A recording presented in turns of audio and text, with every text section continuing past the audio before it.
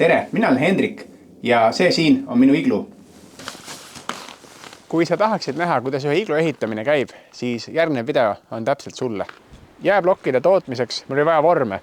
Ma mõtlesin igasugu asjade peale. Piimapakid, kingakarbid, siis ma mõtlesin, ma teen vineerisvormid. Mulle tundus, et kõige mõistlikum on leida võimalikult soodne vorm. Ma jõudsin fooliumist küpsetus või toidupakendamisvormide juurde. Selle jaoks, et neid jääkuubikuid või jääblokke tootma hakata, on tarvis siledat pinda, muidu jäävad plokid vildakad ja neist on ääretult raske ehitada. Vorme täites tuleks arvestada sellega, et see veetase ei tohiks tõusta päris selle vormi ülemise servani. Nagu siin kõrval on näha, mul on siin juba täidetud, ma jätsin umbes sentimeetri jagu siit ülevalt vaba ruumi, sellepärast et vesi ju külmudes paisub ja kui ta siit üle ääre paisub, siis vormi või ploki kuju on kohe rikutud. Kui vahepeal on vesi vaja seisma jätta, kuhugi minna korraks, siis voolik ots tuleb jätta vette, sellepärast et siin otsas olev see sõel, millest vesi läbi tuleb, seda avada on nii peeniksid, et need külmuvad suht kohe ära. Mu jääblokid on nüüd 2 või isegi 3 ööpäeva külmuda saanud ja ma tean, et nad on külmunud. Ma võtan need välja ja ma panen uue partii kohe küpsema. Praegu on väga ilus selge taevas ja tuult üldse ei ole. Mis tähendab seda, et need peaks päris kiiresti külmuma. Siis saab juba ehitama hakata. Üliäge, täiega ootan. Järgmiseks tuleb välja valida koht, kuhu oma iglu ehitama hakata.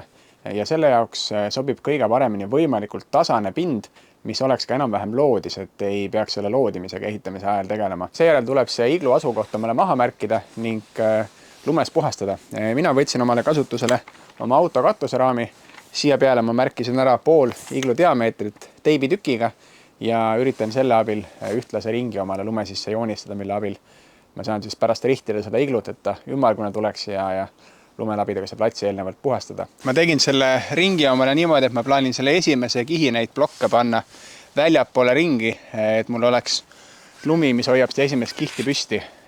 Nüüd ei olegi muud, kui minna aiakäru proovida lumevangest kätte saada ja sellega hakata blokke tooma. Aiakäru kasutamine on ülihea mõte, mul on seda käru kindlasti vaja. Ma kohe näitan teile miks. Aga mulle tundub, et selleks, et see käru siit sodist vabastada, ma pean ta garaaži sulama viima. Nii kaua, kui käru sulab, siis tuleb kasutada plaan B-d. Nagu õige iglu ehitaja Eskimo ikka, siis kelk aitab hädast välja. Panin selle esimese rivi siia paksu lume sisse. See lumi on küll hästi kerge, kuna ta on päris külm, nii et ta väga midagi ei kanna, aga ikkagi piisavalt, et need plokid püsivad mul praegu ilusti püsti. Loomulikult siinkohal tasub silmas pidada ka seda, et kui esimest ringi ladudes ei tasu ukse auku ära unustada. Plokid, mis sealt vormist välja tulid, on natuke sellise koonuse moodi ristlõikega, eks, et tal on need küljed nagu kaldus. Ja see tegelikult töötab väga hästi minu kasuks, sellepärast, et neid siit on näha ka, et nad istuvad enam-vähem ilusti selle koonusega omavahel kokku ja moodustavad naturaalselt selle ringi. Kui plokid on laotud, tuleb plokkide ümber olev lumi teha märjaks ning seejärel suruda kõvasti vastu blokke kinni. See tagab selle, et nad külmuvad maa külge ning ei hakka ehituse käigus kuhugi poole nihkuma. Siin selle töö juures tulevad ülikasuks kummikindad talvekindaste peal, et käed ei saa märjaks ja mul on üllatavalt soe. Nüüd on aeg valmis teha plokkide sidumiseks mõeldud mört, lume ja vee segu. Ja siis vahekord lume ja vee vahel peaks olema selline, et see tundub teile alguses, et see on way liiga märg. Aga tegelikult see nakkub oluliselt paremini ja seda on lihtsam töödelda. Maa külge kinni külmunud. Et see kuppel liiga madal ei tuleks, siis ma esimesed 2 või isegi 3 kihti viin sirgelt otse ülesse. Ja selle jaoks tuleb neid ploki suundasid vaheldada, kuna see ploki pealespind on kaldus, siis ma järgmise ploki panen teistpidi, et ta sirgelt üles läheks ning seejärel ilmselt 3. alates hakkan laduma niimoodi, et ta kasvaks mulle siia pea kohale kokku. Nagu ma enne ütlesin, siis see mört peab olema nii märg, et ta lausa tilgub veest. See tundub alguses hästi siuke ebaloomulik, et see ei saa ju ometi olla hea ehitamiseks. Aga ma avastasin töö käigus, et mida märjem see mört on, seda kiiremini kivid tegelikult omavahel nakkuvad ja teda on oluliselt lihtsam vormida, kui ta ei ole liiga jäik. Üle ploki äärte tilkuv mört tuleb iglu välimisel küljel pärast vormimist kohe kokku korjata, sellepärast et see muidu kuivab sellisteks tompudeks, mida ei saa hiljem kätte. Seespool ma jätsin seda mörti pigem paksemalt, sest see tugevdab seda seina oluliselt. Kuna ma nüüd sain enam-vähem selle võtte kätte, siis ma julgen näidata ka, kuidas ma teen. Kõigepealt siis täidan ilusti selle vahe ära selle mördiga, siis läheb Pärast kiirest lumet puhastamist läheb plokk peale. Ja ploki kõrgus on ka mõistlik kohe paika saada, sellepärast et kui oodata, siis pärast seda enam ei säti mul seal mõne koha peal juhtus. Ja see tegelikult ongi kinni. Aga kuna ma tahan, et see asi jääks ikkagi tugev, siis ma teen need vuugid ka ära. Ja selle jaoks ma kasutan sellist võtet, nagu ma näinud, et ehitajad teevad. Kõigepealt läheb see mört siia niimoodi hunnikuna peale ja siis pühin üleliigse kokku niimoodi, et siia vuukide vahele jääks võimalikult sile. Kühvlisaba muutus päris ruttu selliseks jäätombiks mul käes ja kindad on super. Ilma kummikinnesteta ma ei kujuta ette, kuidas ma teeks, et käed on kogu aeg märjad. Kui nüüd esimesed 3 rida läksid üli lihtsalt tegelikult, sest kivid lähevad sirgelt, siis nii väga nad hakkavad sisse kalduma, siis tekib see ajaline ootamise faktor kohe juurde. Ehk siis kivi tuleb panna paika ja ma ei saa käsi enne ära võtta, kui ta on piisavalt kivistunud. Ning samal ajal saab vaikselt siit seest hakata teda tugevdama. Mingisugune hetk minul 5. rivi juures, olenevalt sellest, kui kõrge teil see iglu tuleb, juhtub niisugune asi, et need plokid ei taha enam üldse siin seista ilma lisatoeta. Ja selle jaoks, et ma ei peaks igat plokki mitu mintsi hoidma, siis ma leidsin garaažist sellise pikendatava metallist kaika, mis on tegelikult dušikardina riputamise abivahend. Seespoolt ma üritasin siis siia võimalikult suurt seda jääkihti tekitada. Mul on siin mingi 15-20 milli seda lumemörti tegelikult tervest laiuses peal, eriti siin selle koha peal, kus mul see sisuliselt õhus rippuv nurk on ja siin all täpselt samamoodi. Kui nüüd siia 5. rivini oli päris lõbus, siis see on 6. rivi peal, mis on juba päris korralikult sissepoole kaldus, tuleb neid kohvipause teha rohkem.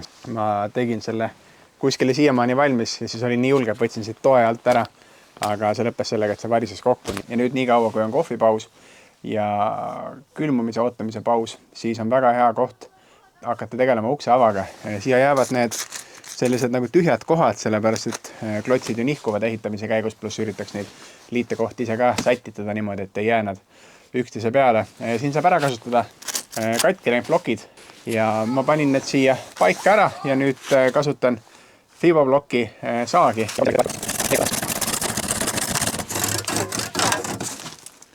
Oi.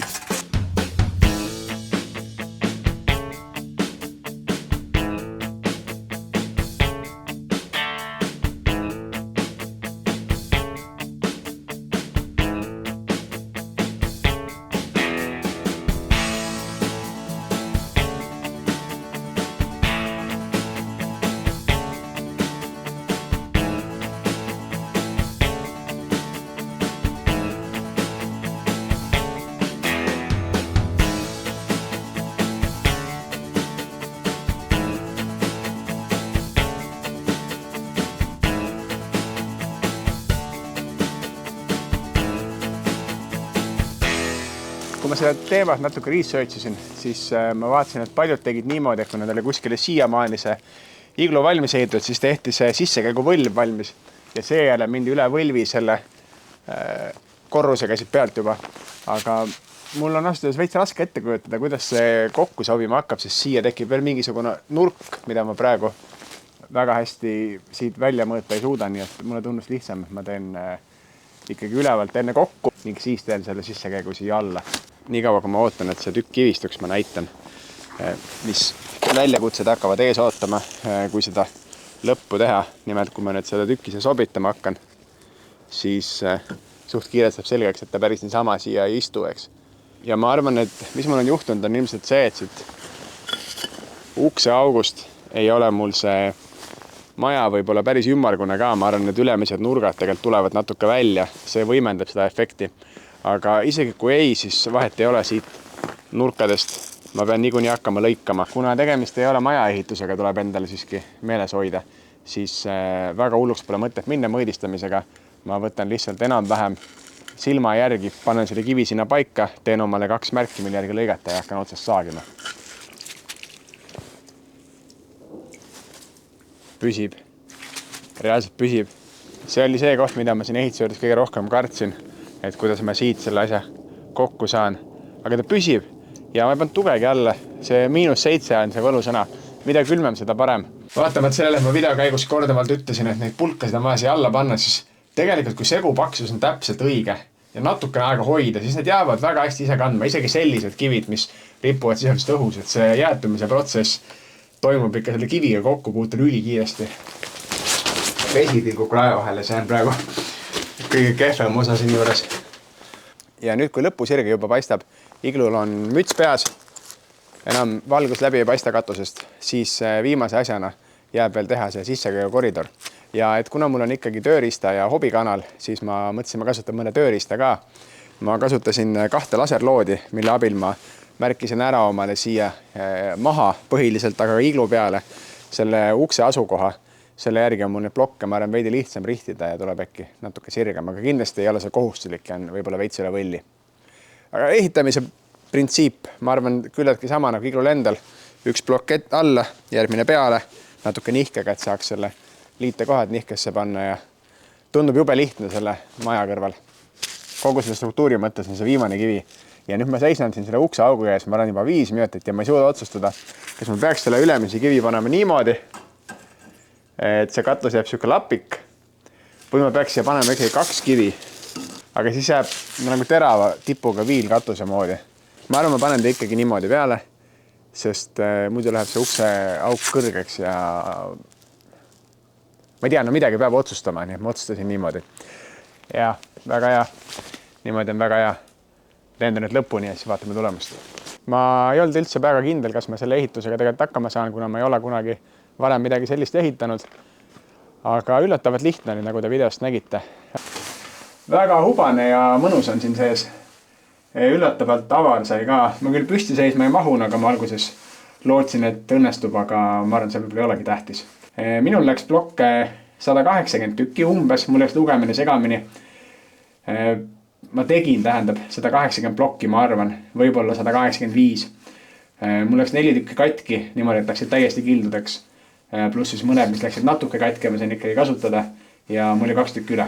Blokkide vormid on pärit pakendikeskusest ning kui keegi teist tunneb, et kohe-kohe täna tahaks ehitama hakata, aga pakendikeskus on suletud või liiga kaugel, siis kõige kiiremana teist ma olen valmis oma vormid ära andma. Seda on tegelikult veits raske öelda, mul kulus aega väga palju, või väga palju, umbes 22-23 tundi, aga siin peab arvestama sellega, et ma filmin ja teen kõik üksinda. Nii et ma jooksin korduvalt tuppa kaamera akusid laadima, sättisin statiivi, tegin midagi, siis sättisin kaamerat, tegin sama liigutuse uuesti ja nii edasi. Nii et ma arvan, et kui ma ei filmiks ja lihtsalt ehitaks ja eriti kui mul oleks üks paar abikäsi võtta, siis nädalavahetusega on täiesti tehtav. Ja lõpetuseks, nagu ikka, suur aitäh, et te vaatate. See pakub mulle ülipalju rõõmu. Kui teil tekkis küsimusi või te tahate mulle hoopis nõu anda, kuidas ma paremini võiks teha, siis pange julgelt alla kommentaaridesse. Ja kui teile mu sisu meeldib, siis tellige mu kanal. See jätkuvalt ei too teile ühtegi kohustust kaasa ega ei saada teile isegi tüütuid notificationeid. See lihtsalt näitab mulle, et teile meeldib, te vaatate ja tuletab teile meelde, kui mul mõni uus video üleval on. Seniks kõik, järgmise korrani ja tšau!